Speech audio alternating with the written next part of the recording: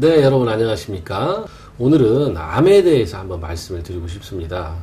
2008년 통계에 의하면 우리나라의 암 환자 수, 암으로 치료를 받은 환자 수가 50만 명을 넘는다고 합니다.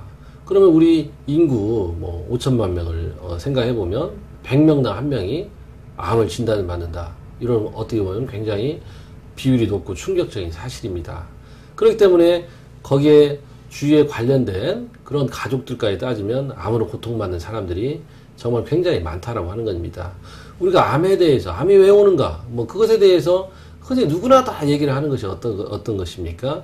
우리가 식습관의 변화, 그 다음에 과도한 스트레스, 그 다음에 운동 부족, 우리가 얘기할 수 있는 그런 것들, 물론 이제 그런 것들이 틀리지 않죠. 사실은, 그런 것들이 맞습니다. 그러면 우리가 암을, 암에서 우리가 암이 걸렸을 때 그것을 치료받고 이것도 당연히 중요하죠. 근데 이제 모든 병이 그렇지만 예방이 중요합니다. 그럼 암이 오지 않으려면 어떻게 해야 되냐? 저는 암이 오는 것을 가장 첫 번째 몸이 차서 온다고 생각을 합니다. 우리가 차게 되면은 어떤 형체가 만들어집니다. 겨울이 되면 어때요? 겨울이 되면 추워지면서 수증기가 굳죠. 굳으면서 핵이 생기면서 눈이 오거나 얼음이 옵니다. 우리 몸에서도 몸이 차지게 되면 혈류 속도가 떨어지게 돼요. 그러면 혈류 속도가 떨어지면 어떤 적혈구, 백혈구 이런 흐름이 떨어져서 그런 것들이 혈관벽에 쌓여서 어떤 혈관의 변형을 일으키고 그쪽에서도 흐름이 좋지 않아서 그런 것들이 생길 수가 있다라고 하는 것입니다. 그러면은 그것을 고치려면 어떻게 되겠습니까? 혈류 속도를 증강시켜야 되겠죠. 그 다음에 두 번째는 뭐냐? 우리 몸에 과도한 스트레스, 그러니까 그것은 어떤 심리적인 스트레스가 육체에 미치는 영향이죠. 우리 흔히 갈등들이 주위에서 많이 있지 않습니까?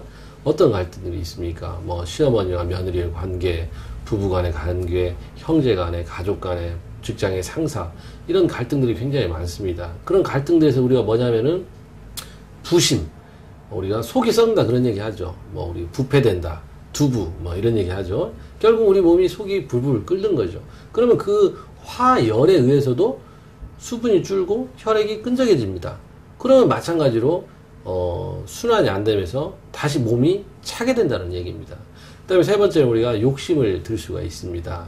욕심 없는 사람은 없겠죠. 하지만 그 욕심을 적절하게 관리를 잘 해야 된다는 것입니다.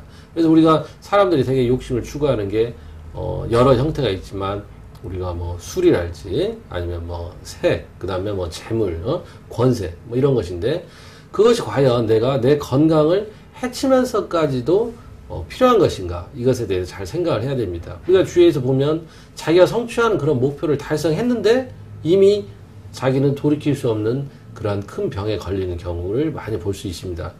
그때 이미 후회도 늦습니다. 그렇기 때문에 여러분들이 그 세 가지를 잘 관리하셔서 암에 걸리지 않고 건강하게 사시길 바라겠습니다. 오늘은 여기까지입니다. 감사합니다.